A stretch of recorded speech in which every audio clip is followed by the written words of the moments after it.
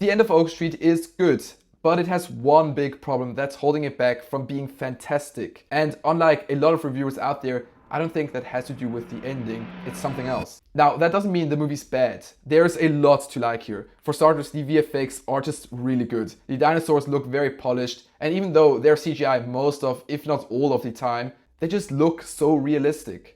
And then I looked up who did the VFX, and of course it was ILM. Who would have guessed it? The only minor gripe I have here is that the CGI dog, Starbuck, sometimes looks a bit fake, but otherwise the CGI looked near flawless. And besides that, the creature designs of the dinos themselves are also just really cool, and I believe more accurate than something like Jurassic Park dinos. Correct me if I'm wrong there, I didn't do any research on that. And I was also just really excited to see Obi-Wan Kenobi.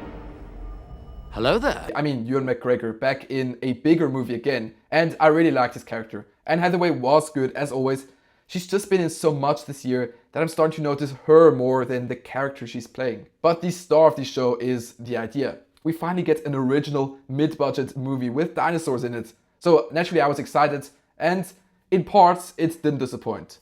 The premise of a whole neighborhood being teleported back in time into the Jurassic era is really interesting. So I was excited to see Mitchell build up tension and give us a cool mystery flick. And yes, Mitchell definitely knows how to build up tension.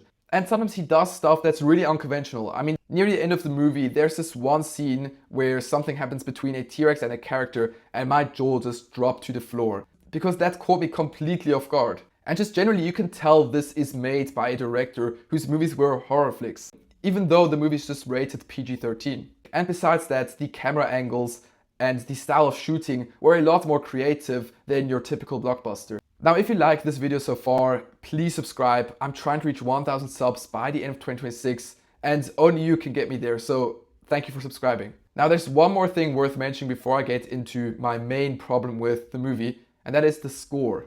Michael Giacchino did the music, and it's good. It fits the movie, it does its job, but it's just not a standout for me. You can just feel it's clearly trying to emulate that classic Spielberg era sound rather than establishing its own identity. So it blends into the background rather than sticking with you afterwards. And this is where I start to see the real problem. It plays it too safe, even though it's a high concept, original mystery thriller. That's the main reason behind almost everything that didn't work for me. Worth mentioning here, the movie is actually set in 1982, so technically it's an 80s film, and that's kind of the whole issue. I mean, the horror elements are great when they show up, but I can only remember about 3 scenes out of the full 99 minutes. The mystery aspect gets sidelined the same way. Mitchell seems so laser focused on making this feel like a 90s movie that it ends up feeling more like a reliving of that than something fresh, and that's exactly what disappointed me.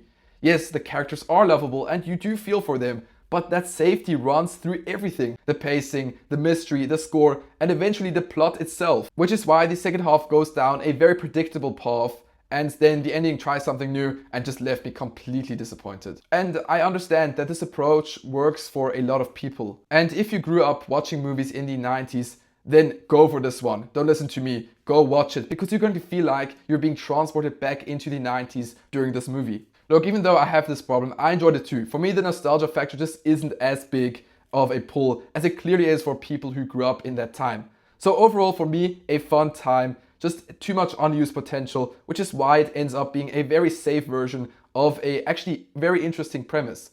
3 out of 5 for me. Now, if you want to see which 3 90s movies I think are far too overappreciated and which ones aren't, click on this video here. Now, that's been it. Thanks for watching and bye.